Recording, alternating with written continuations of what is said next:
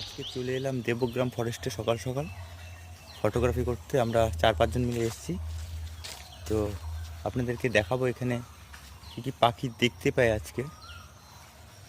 তো পাশে একটা জলাশয় আছে দেখতে পাচ্ছেন, এবার ওটার সামনে যাব। আর ভিডিওর সাথে কন্টিনিউ থাকুন, আশা করছি ভালো লাগবে। তো জলাশয়ের পাশে যেতেই দেখতে পেলাম একটা ফিশিং ঈগল। তো এখন যেই পাখিটি এখানে উড়ে এসে বসলো, এটার নাম হচ্ছে বালিহাঁস বলে আমরা সবাই জানি। আপনারা হয়তো দেখেছেন কেউ বা অনেকেই হয়তো দেখেননি।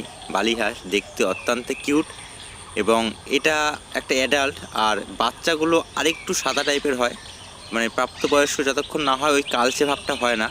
তো এখানে তার বাচ্চাগুলো আছে, তাহলে আপনি বুঝতে পারবেন মানে অ্যাডাল্ট আর বাচ্চা জুভেনাইল যেগুলো সেগুলো কীরকম হয় দেখতে।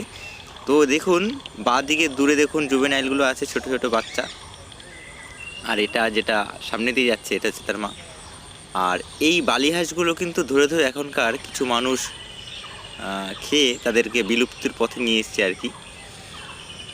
তো কি সুন্দর লাগছে দেখুন। আর এখানে যে পাখিটি দেখতে পাচ্ছেন এটা নাইট হিরন। বেচারা মাছ পাচ্ছে না বলে শুধু জল খেয়েই কাটাচ্ছে আর কি। আর এই যে যেটা আছে এটা হচ্ছে আমাদের মাছরাঙা, যেটা কিনা আমাদের পশ্চিমবঙ্গের জাতীয় পাখি। দেখুন মুখে একটা কিছু আছে। আর এখানে যেটা দেখতে পাচ্ছেন এটাও একটা মাছরাঙা, তবে এটা আমাদের ওয়েস্ট বেঙ্গলের সবথেকে ছোটো মাছরাঙা। এটা অনেকেই দেখেছেন, মাছরাঙা অনেকেই জানেন, তবে এটা কিন্তু জাতীয় বার্ড না। আগে যেটা দেখালাম সেটা কিন্তু আমাদের ওয়েস্ট বেঙ্গলের জাতীয় বার্ড আর কি। তো এবার যেটা দেখাচ্ছি এটা ফিঙে পাখি, সবাই জানেন।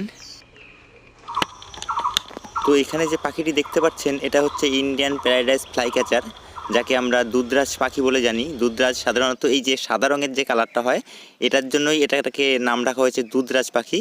তো দেখুন ব্রাউনটাও কিন্তু দারুণ সুন্দর দেখতে, ব্রাউনটারও কিন্তু লেজ এতটা বড় হয়, তবে মেল পাখিগুলোর লেজটা কিন্তু অনেকটাই বড় হয়, ফিমেলগুলোর কিন্তু হয় না। তো আমাদের ফরেস্টের পরিদর্শন হয়ে গেল। তো এখন আমরা বাড়ির দিকে যাব, আবার আসবো কোনো একটা দিন।